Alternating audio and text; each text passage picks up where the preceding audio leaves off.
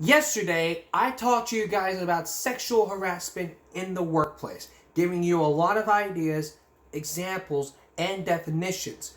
But what we haven't talked about was how to stop it from happening so it doesn't happen again. That's why we have laws. That's why we have workplaces have policies and lots of programs to make sure it doesn't happen again. So, we're going to tell you some strategies, how to prevent it, and how to combat, and really ask the question what it really takes to stop sexual harassment. So let's just jump into this. We're not going to do COVID till later, so let's just jump right into this. Here are the 7 strategies for preventing this from happening again. Number 1, you need to make it crystal clear that sexual harassment prevention is a company policy. It's probably part of the Me Too movement. The second strategy is to make sure that employees and management understand what sexual harassment is. Just basically show them a video or something like that during orientation. 3, keep sexual harassment prevention training positive. Have a positive side on this. The 4th strategy would be to lighten up on legalese. Most employees aren't employment law experts, so using legal language as the yardstick against which acceptable workplace conduct is measured in case law facts pattern to guide daily actions and drive behavior standards to the lowest common denominator. It can signal that as long as words or actions are illegal, they're acceptable. But in contrast, focus on professional respectful behavior is most likely to engage and influence employees and managers than focus on identifying legal violations. The 5th strategy is enlist employees in ensuring a harassment-free workplace. All employees can be trained to serve as good bystanders, helping them support a positive and respectful culture by interrupting instances, supporting others who have experienced harm after the fact, formally reporting harassment, encouraging other allyship. Number 6, and the sixth strategy is enlist employees as social influencers.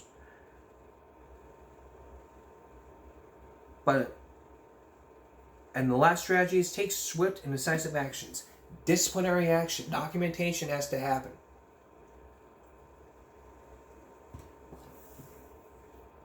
That's what it all is.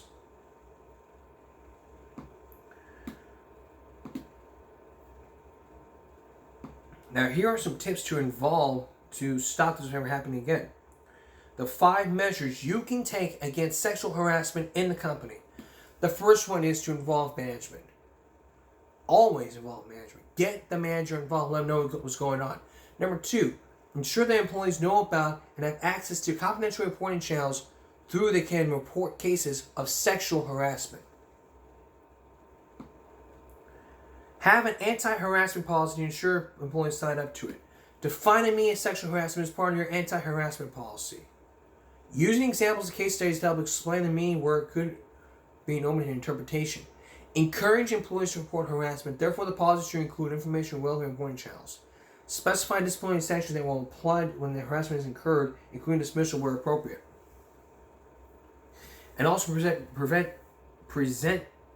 the procedures for investigating complaints and formal and informal resolution processes. Make training on prevention of sexual harassment mandatory for all employees, and don't wait for employee reports to find out the extent of the problem in your company. Just report it. Happens again, just report it. That's why we have documentation. We have 3 strikes, you're out. The write-ups.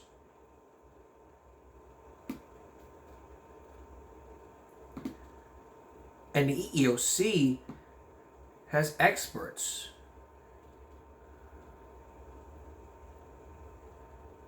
Like, how can I prevent harassment? You can prevent it by informing employees that harassment is prohibited, identifying who employees should contact and discuss harassment questions and concerns, assuring employees they will not be punished for asking questions and sharing their concerns, responding to harassment questions or concerns and investigating harassment complaints promptly and effectively, and ensuring that managers understand their responsibility to stop and prevent harassment.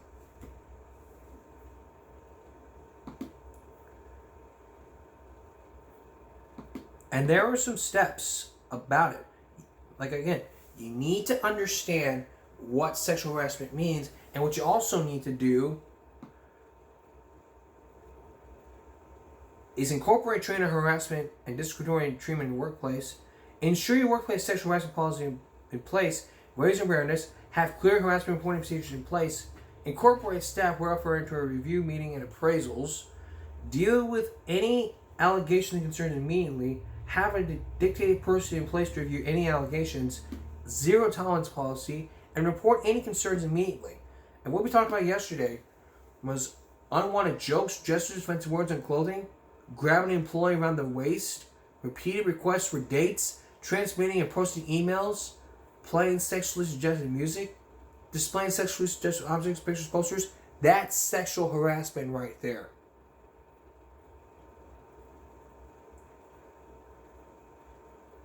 Take advice from me. Take advice from Sexual Harassment Panda or something like that. But this is really serious. If you've been sexually harassed, women out there, you've been sexually harassed, report it to your supervisor immediately. Don't try to cover it up. Speaking of covering up, when we come back, we're going to take you to Snellville High. Let's see if I can pronounce that right.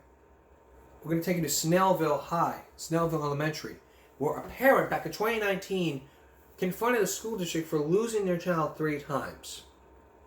Understand, they lost a child 3 times. We're going to hear from his side of the story and see what happens. And then later, another school shooting. This time in Kansas. Please don't go away. Okay, now we're going to focus in on covering up things. We talked about how school boards sweep under the rug. Let's take you back now to 2019, where parents in Snellville were confronted the school district. This was because of leaving their child, forgetting their child in the school bus. So, let's watch the video. But itself. No. Can I explain to you, sir? Can I just talk to you, explain to you? What we do is, they have a big screen in their room. And when their bus comes up, we have adults all through the hallway here that So if y'all got adults all through the hallway, how did it happen for the 3rd time? Okay. Not the first. The first time I was calm. I was understanding because I understood it could happen. The second time, I was mad, but I let it go. The 3rd time, my son called me from the bus, crying, yelling, screaming, talking about he don't know where his sister is. Right. I'm supposed to be at work, which is an hour away from where we live here in Snellville. Now imagine if I went to work. Right. My 5-year-old daughter would be here. Stuck. Miss Curry left early today. We did have the parapro in the room. I don't know what happened, but I can try to get Miss Fields and we can try to figure out what happened. Unacceptable. My son told them to stop him. He said, don't pull off. I cannot leave without my sister. And they told him to leave anyway. My son was on the bus screaming and crying, and y'all still told the bus to pull off. Whoever it was. There was a teacher told him to pull off. They should have let my son get off the bus and find his sister, because that's what we told him to do. They didn't allow him to get off the bus. That's transportation. That's a separate. It was a teacher that told him.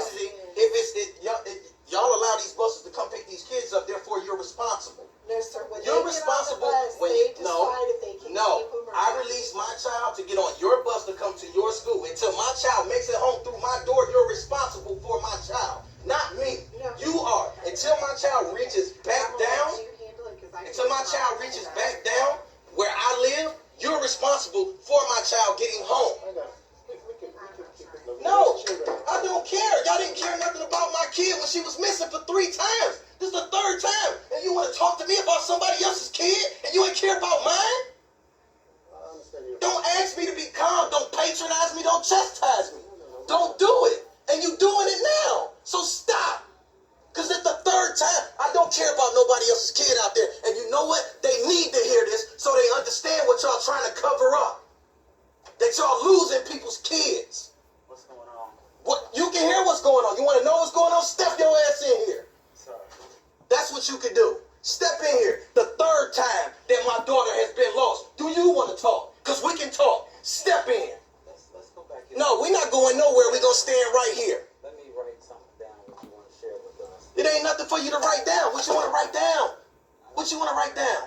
This is the first. But this is my third time though. Understand that as a father, this is my third time that y'all have lost my 5-year-old daughter, my baby.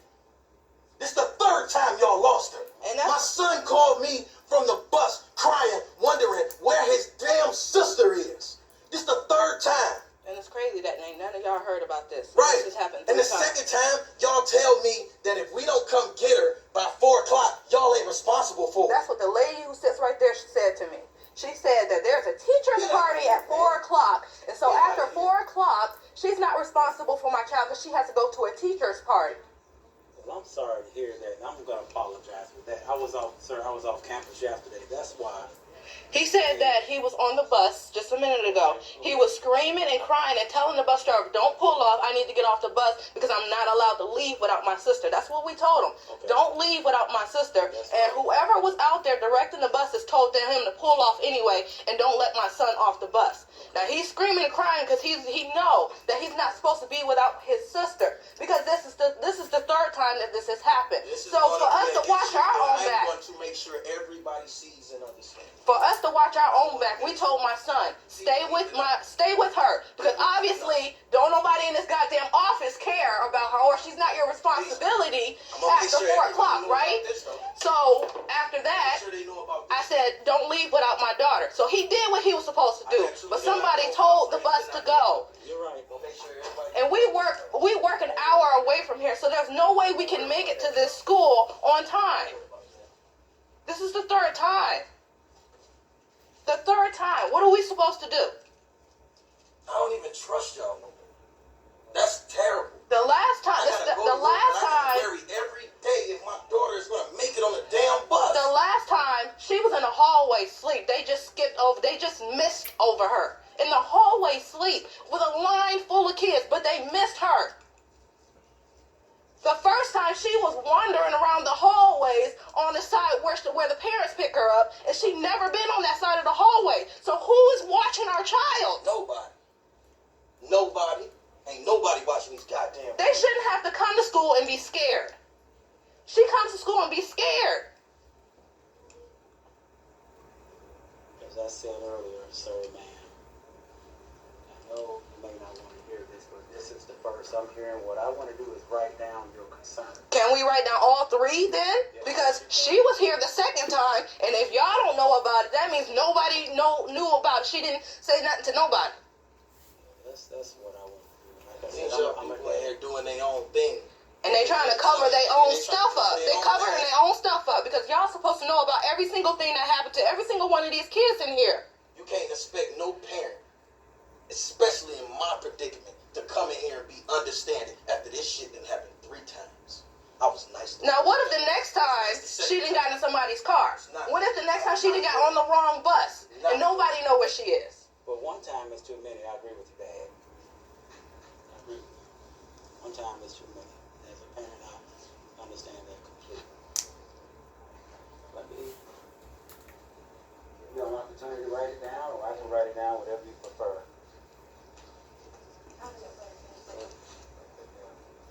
That includes all the names. I want Everything on there. everything.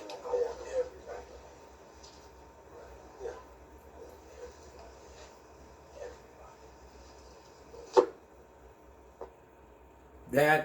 That was very understanding from this parent. Now, coming up next, the article from people during that time. Now, this was 2 days. This was February 28th, so this was 4 days before he posted that video. So when we come back, the article. Now, after this video was seen about a lot of times, People Magazine did an article about this. Let me read you. The video footage showed Tristan King confronting staff in Norton Elementary School in Snellville after learning that a school bus driver had driven up on his young daughter yet again. He told the Atlantic Journal-Constitution that his 4th grade son called him in a panic with the news. And this is what came to the publication. He called her screaming that his sister was on the bus and they wouldn't wait for him to find them. But fed up He went to the school February 20 looking for answers and wrote in a Facebook post school officials threatened to ban him from the property unless there was a police escort.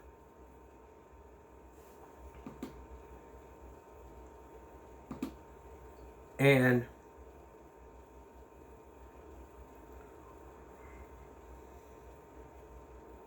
after this was viewed a lot of times. This had a lot of views. It had 12,000 comments, 2.4 million views on Facebook.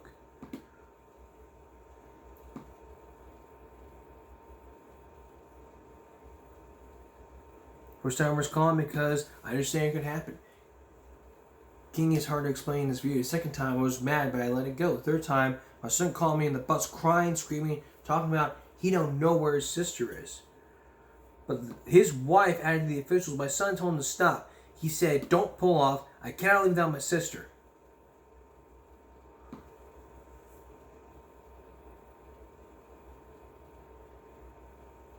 But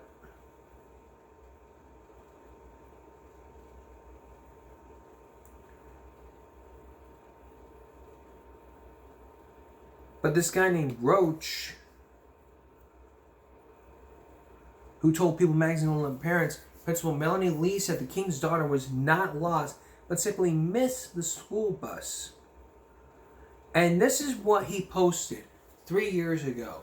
One thing my parents always taught me was, when you see an unjust situation, or you are done unjustly, stand up, don't run for it, or sleep on the rug like most stand up to it. Even if it means getting your ass whooped.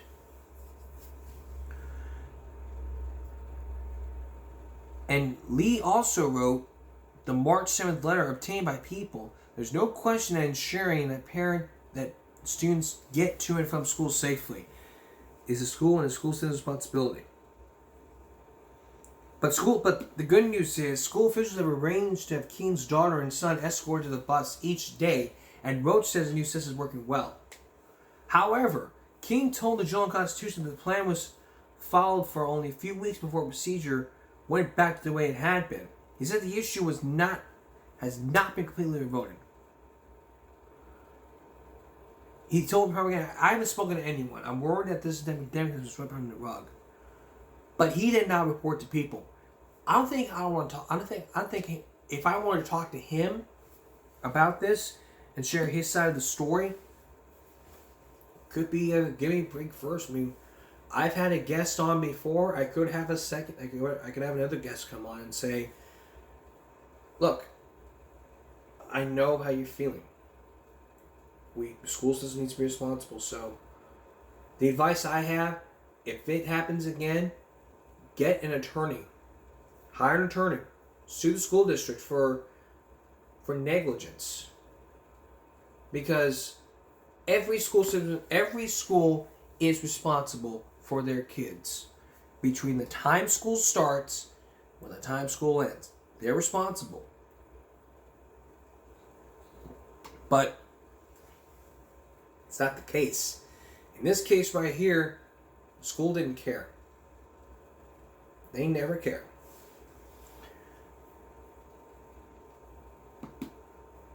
They just don't care. They shove it to the side and say, we don't care. It never ends. It never ends. Alright, there's this thing happening in the news. There's been another school shooting, this time in Kansas, where a lot of students were in lockdown. Amid the chaos, 2,000 East students were on lockdown. Hours later, at 12:30, Senior Joe Zinn told Fox 4 via phone that his class was under that lockdown in their classroom. He said they're waiting for police to come and move them to the gym where they'll be stored in bus groups and eventually united with their families.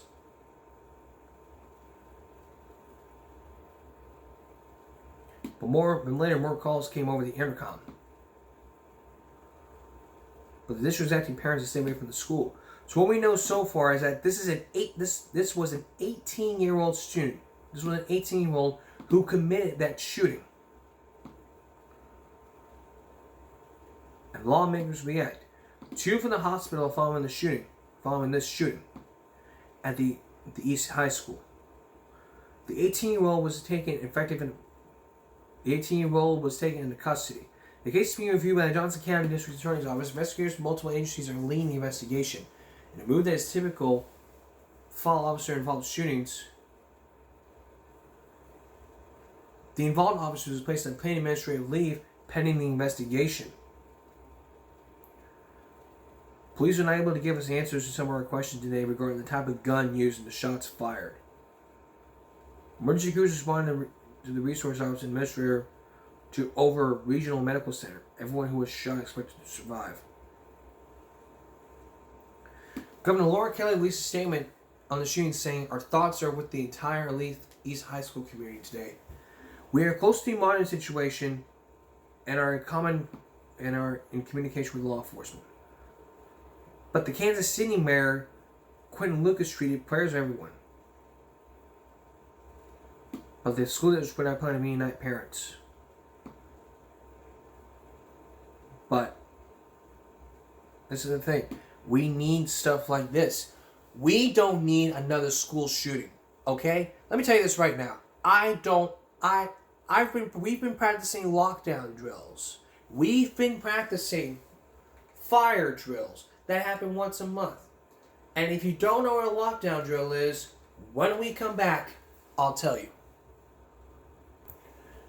So what is a school lockdown? Well, it means you got to be put in a place.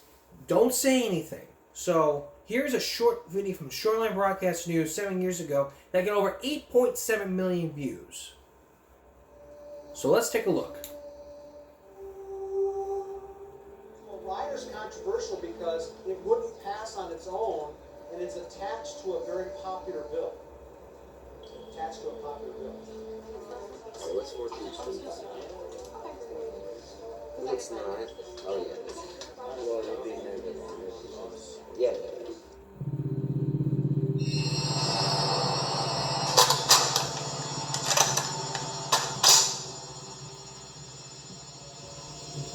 This was a demonstration. Did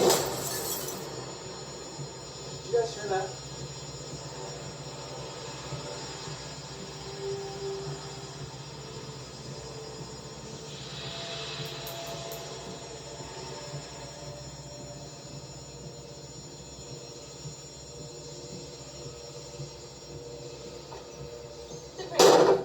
Hey, call 911, Bolden, and hit the blinds right here. Get to the back wall. Let's go get to the back wall.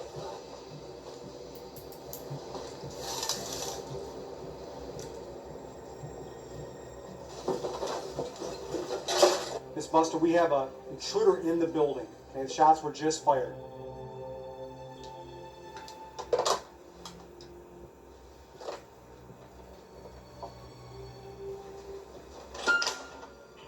Please pardon the interruption. At this time, we are going to ask that students and staff proceed to conduct an internal lockdown.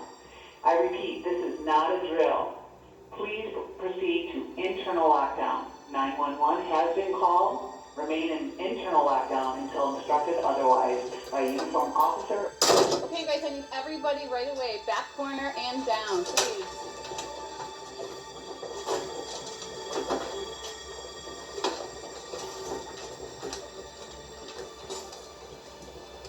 No cell phones? Get as close to the wall as you can. Crowd it together. Marcus, get this way. Get this way. Get away from the window. Davis, hurry up. Get away from the window. Press up with these desks. Hurry up. Guys, grab these desks.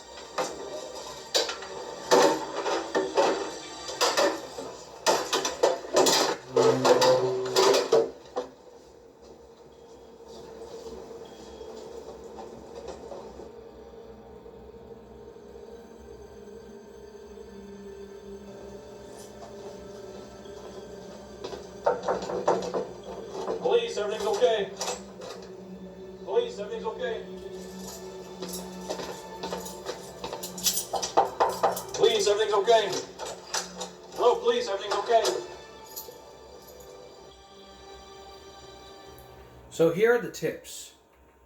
Lock the door and hide for internal lockdown. Turn off lights, open window shades, turn off cell phones, remain quiet, and release my hiding place. Fight off and flee if necessary. So that's the tips. That's what a lockdown is. A lot of these schools had these lockdown drills because of the shooting. Because everything. Every school has lockdowns, especially fire drills. Now, coming up on Give Me a Break Saturday, a lot of these fire drills, especially a video, a skit, that demonstrates about these fire drills. And we're going to give you some tips about how to successfully do a fire drill. Because when you hear that fire alarm go off, we take it very seriously. That's on the Give Me a Break Saturday. That's all for this edition of Give Me a Break Friday going to Saturday. We'll see you again for Give Me a Break Saturday night. For all of us here at Give Me a Break and YouTube, I'm in touch, so you be in touch. Good night.